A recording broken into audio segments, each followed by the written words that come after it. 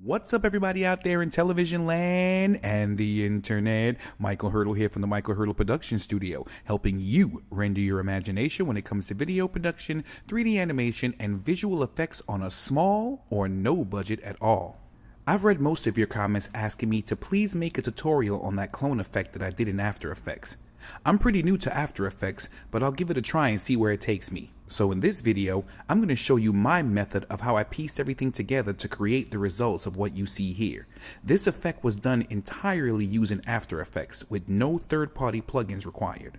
Some of you also asked me, how did I get the camera to follow me on the beach? Well, it's pretty simple. I use my drone for that.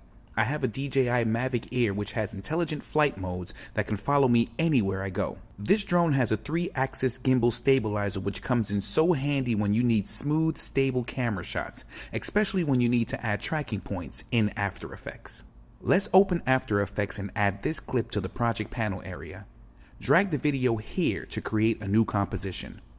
What I'm going to do now is add a marker to each frame that I want to save a still shot from, so I can snap back to the marker later. Set the video's resolution to full for better quality still shots. With the video clip deselected, scrub the playhead until you find the frame that you like, then press the asterisk key on your keyboard to create your very first marker. For this video, I'll create 8 markers because I want to create 8 still shots. I'm going to scrub ahead to find the next frame on my timeline where I'm going to add my next marker. Right here where I'm the furthest looks good. Hit the asterisk key on your keyboard to add another marker. I'm going to add one more marker here and do the same thing for the rest of the video clip until I have all my markers where I want them.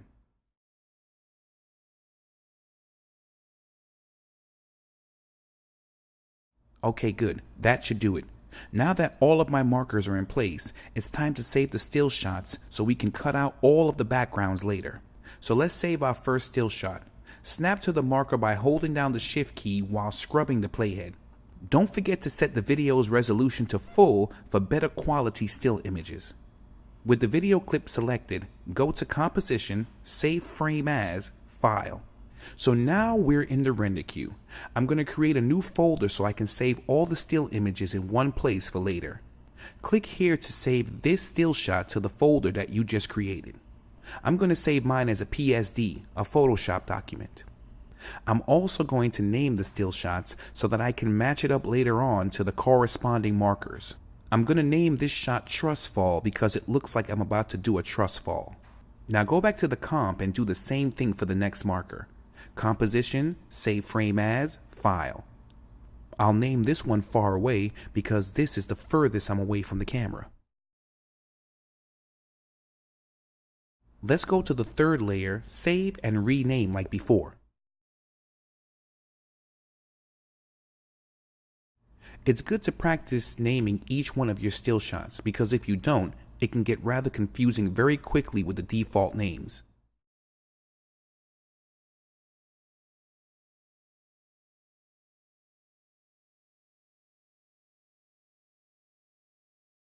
Since I have 8 markers, I now have 8 still shots that I can render and re-import back into my project panel to get them ready for the next step, which is masking out each still frame.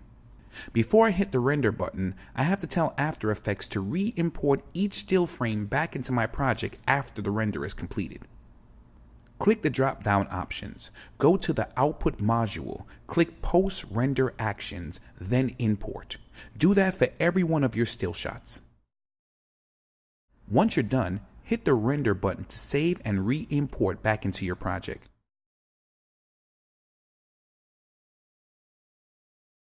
I'm just going to verify that these are exactly the shots that I wanted and I didn't make any duplicates.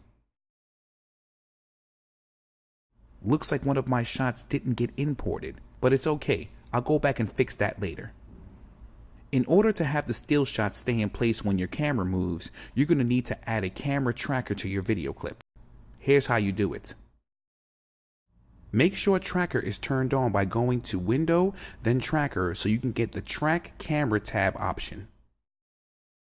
Select your video, then click the Track Camera button right here to start the 3D camera tracker. Here you can see the process of the tracker analyzing and then solving in the background. Once After Effects completes tracking, you can see the 3D camera tracker added to the effects drop-down menu in your video clip, followed by the 3D tracking points all over your video. Tracking your video footage is one of the most key steps when it comes to creating this clone effect. You're going to need to attach your still shots to some of these 3D tracking points so that it gives the illusion that your still shots are staying in place while the camera moves freely. Now that we have the tracker points, I can now add my still shots and begin the process of cutting myself out of the background for each frame. Let's snap the playhead to the first marker by holding down the Shift key while scrubbing the playhead. This is where naming each of the still shots comes in handy. I'm going to drag the image called Trust Fall to my comp area, then hide the video below so that I can have a better view of my still layer after masking it. I'm then going to click the pen tool and draw a well-detailed mask around myself, including my shadow on the ground. Keeping the shadow gives the effect a more believable look.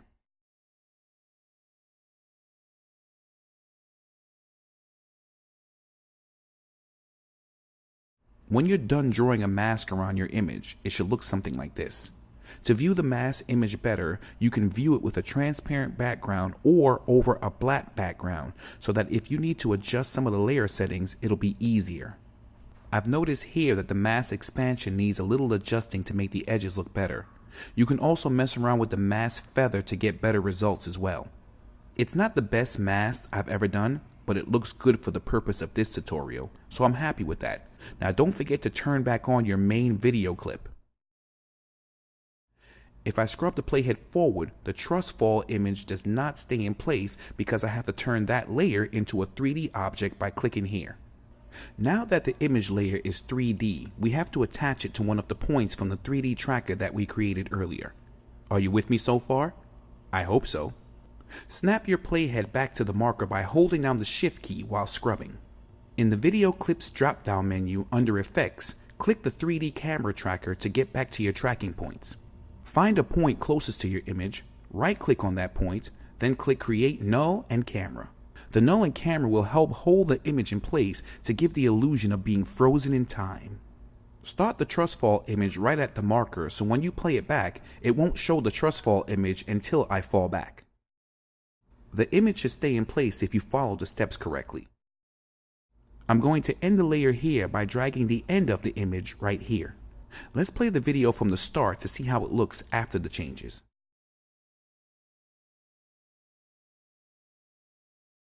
The first one was pretty easy, but there might be some images that you may have to move, scale, and rotate into place to get it to match properly. You'll see what I mean later. I'm going to make a few adjustments here to help match up the still image with the video. I'm a bit of a perfectionist, so I want the image to match as best as possible. I'm turning the layer off and on so I can see how close I can get to matching up the frames. For better orientation of your still images, right-click on the image layer, go to Transform, Auto Orient, and select Orient Towards Camera.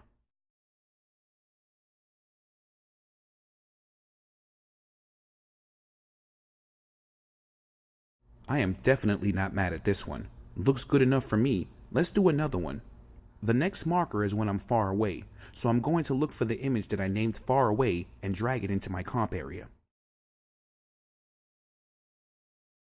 Now do the same thing that we did for the Trust Fall image earlier by selecting the pen tool and drawing a well-detailed mask around the image. And don't forget to keep the shadow as well. It helps sells the effect better. Once you're done drawing a mask around your image, remember to make it into a 3D layer.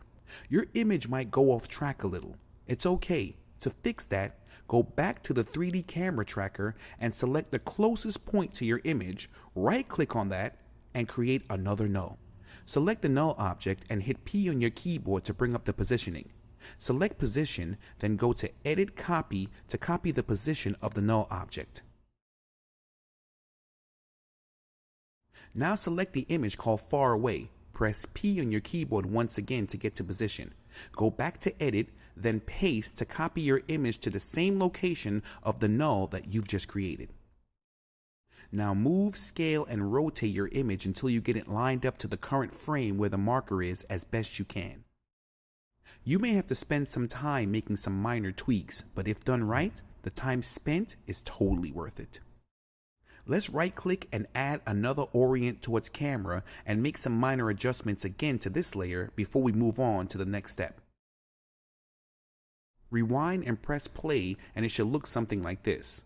So far the effect is beginning to take form and is already looking good, and we're not even finished yet. I'm happy with this for now, so let's move on to the third marker that I call hand to face. Okay, remember, the same as the others. Snap your playhead to the marker, drag the image called hand to face into your comp area, select your pen tool and draw a well-detailed mask as best you can around the image. Remember to cut out the shadows as well for a more convincing look. I'm adjusting the mask expansion and feather to hide the edges of my coat from the background to help sell the effect better. Start your layer at the marker and don't forget to turn the hand to face image into a 3D layer. For this image, I used a corner pin effect as well as orient towards camera options to help achieve the effect that I'm looking for. That's why it looks off a little bit. Once you're happy with your mask, move, scale, and rotate your image to match as best you can. It may be a little difficult to do at first, but after the first few images, you'll get it like a boss. Sometimes I turn down the opacity of the image layer so that I can see both layers at the same time on top of each other. It helps line it up better. Alright, I'm happy with this one. I'm not mad at it. So I'll turn the opacity back up to 100% so I can see it better. Let's play from the start one more time to see how far we've progressed with this effect.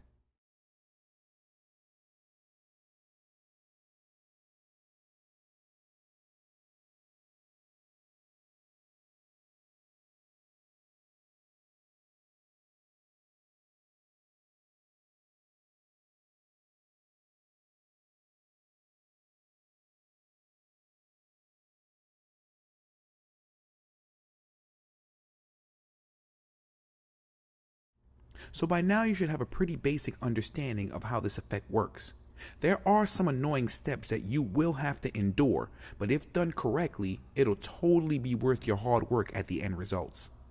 At this point, I don't want to sound like a broken record, so I'll skip ahead and complete a few more images, because basically it's the same step with every image in your comp.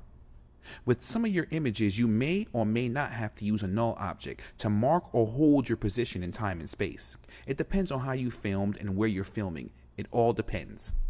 At this point, you're just going to be rinse and repeating the steps from earlier, painstakingly going through every image and cutting out the backgrounds, then laying the masked out images where the markers are located.